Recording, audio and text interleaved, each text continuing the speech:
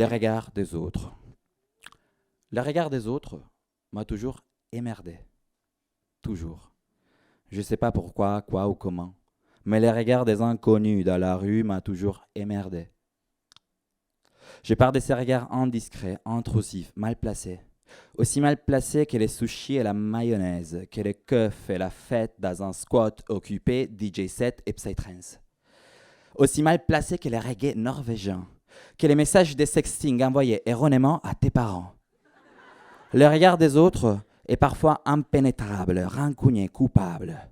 Il se cache derrière les comptoirs d'une boîte les vendredis soirs avant de vous attaquer avec ses préjugés, ses fausses questions telles que « Bah tu fais quoi dans la vie ?»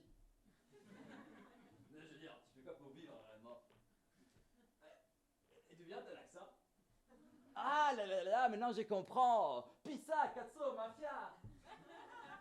Alors pourquoi tu es dans ces pays? Les regards des autres ne se posent pas trop de questions. Genre, ce qui doit être de vivre dans la banlieue de Milan et pourquoi vous avez choisi d'émigrer dans un pays où il pleut 302 jours par an. Les regards des autres sont souvent anonymes, méchants et se mélangent. C'est le genre de visage que l'on retrouve dans la salle d'attente de ton dentiste ou dans une gargote bon marché de Saint-Gilles, dans la queue caisse du Lidl, soit aux tables d'un hectare chicken. Les regards des autres vivent dans les silences des métros. Ils se nichent dans les ascenseurs le lundi matin, alors que je suis habituellement entouré de mecs en costard, riches, nantis, bourreaux de travail, hyperactives, aussi hyperactives que parfois je me dis putain les gars, les riches ne sont pas des êtres humains, il faudrait peut-être les utiliser comme des esclaves. Les regards des autres et les reflets des pensées. Les regards des autres et les reflets des pensées homophobes, xénophobes, transophobes, sexophobes, négrophobes, islamophobes, hispanophobes, germophobes, sexophobes, cultivés soigneusement par notre culture. Les regards des autres est effrayant, car ils ne s'exposent jamais.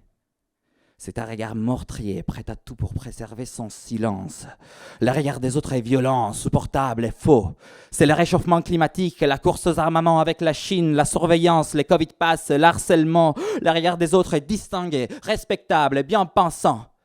C'est jeudi de novembre, alors que j'étais assis dans le tram 34 devant moi, un mec, un SDF, ses 35 ans bien sillonnés dans les rides de son front, sa gordon 10 degrés à la main, criant à plein poumon dans le silence, dans la torpeur du tram, avant d'être tabassé, roué des coups, foutu dehors, dans le silence, dans la torpeur du regard des autres.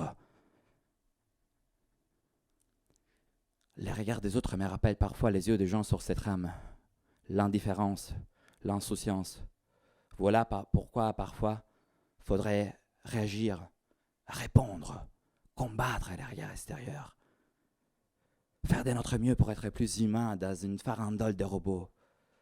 Redécouvrir les plaisirs, la chaleur, la tendresse des autres corps.